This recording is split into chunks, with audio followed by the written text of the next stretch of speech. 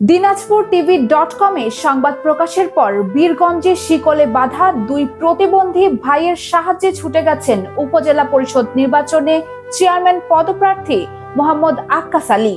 আসসালামু আলাইকুম। মানুষের জীবনের কথা বলে দিনাজপুর টিভি.কম এর স্থানীয় সংবাদে আপনাদের স্বাগত। অভাবের তাড়নায় বিনা চিকিৎসায় শিকলবন্দি ওই দুই ভাইয়ের করুণ অবস্থা নিয়ে সংবাদ প্রচারের পর অবশেষে তাদের পাশে দাঁড়িয়েছেন এই জনপ্রতিনিধি। শনিবার দুপুরে বীরগঞ্জ উপজেলার ৮ নম্বর ভোগনগর ইউনিয়নের কালাপুকুর পুকুরপাড়া গ্রামে ছুটে যান মোহাম্মদ আক্কাস আলী। সেখানে তিনি শিকলে বাঁধা দুই ভাইয়ের মানবেতর জীবনযাপন স্বচক্ষে দেখেন এবং পরিবারের সদস্যদের সাথে কথা বলেন। তাৎক্ষণিকভাবে তিনি পরিবারটির হাতে চাল, মুড়ি, গুড়, চিড়া সহ বিভিন্ন খাদ্য সামগ্রী তুলে দেন। পাশাপাশি তাদের নগদ আর্থিক সহায়তাও প্রদান করেন তিনি।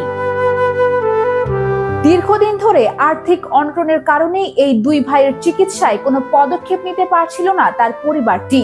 দিনাজপুর টিভি.কমে অসহায়ত্বের এই খবরটি প্রচারিত হলে তার নজরে আসে মোহাম্মদ আক্কাস আলীর।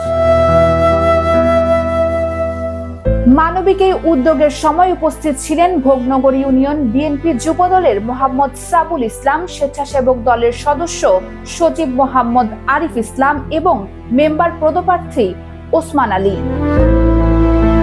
এদিকে ওই দুই ভাইয়ের স্থায়ী পুনর্বাসন ও সুচিকিৎসার জন্য সমাজের বিত্তবানদের পাশাপাশি সরকারি ও বেসরকারি প্রতিষ্ঠানগুলোকেও এগিয়ে আসার আহ্বান জানিয়েছেন স্থানীয়রা।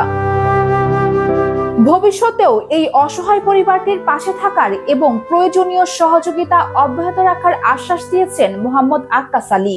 আমি মোহাম্মদ আক্কাস আলী। আসলে সামাজিক যোগাযোগ মাধ্যমে আমরা এই খবরটি দেখতে পেয়ে দুইজন প্রতিবন্ধী, তার বাবাও প্রতিবন্ধী, আসলে সেই অসহায় ফ্যামিলির পাশে সামান্যতম সহযোগিতা করার জন্য বা এই ফ্যামিলির পাশে দাঁড়ানোর জন্যই আমরা বীরগঞ্জ থেকে আমরা যারা আছি সবাই ছুটে এসেছি। আমি চাই যে সকল রাজনীতির ঊর্ধ্বে উঠে সকল মানুষকে, বিত্তবান মানুষকে এই অসহায় প্রতিবন্ধী দুটি ছেলের পাশে এসে দাঁড়ানোর জন্য আমি সমাজের সকল বিত্তবান মানুষকে এগিয়ে আসার আহ্বান করব। আমি আমার ব্যক্তিগত জায়গা থেকে সামান্যতম কিছু সহযোগিতা করে গেলাম। ইনশাল্লাহ আমার তাদের অবস্থা দেখে আমি এইটুকু বলি যে প্রতি মাসে আমি অন্তত একবার করে আসে তাদের পাশে থাকবো, যদি আল্লাহ তাআলা আমাকে সুস্থ এবং ভালো রাখে। সমাজের সর্বস্তরের মানুষের সম্মিলিত উদ্যোগেই কেবল এই দুই ভাইয়ের স্বাভাবিক জীবনে ফেরা সম্ভব বলে মনে করছেন সচেতন মহল।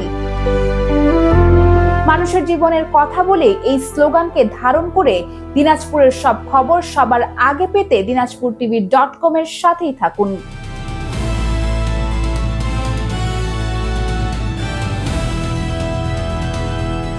দিনাজপুর টিভি, মানুষের জীবনের কথা বলে।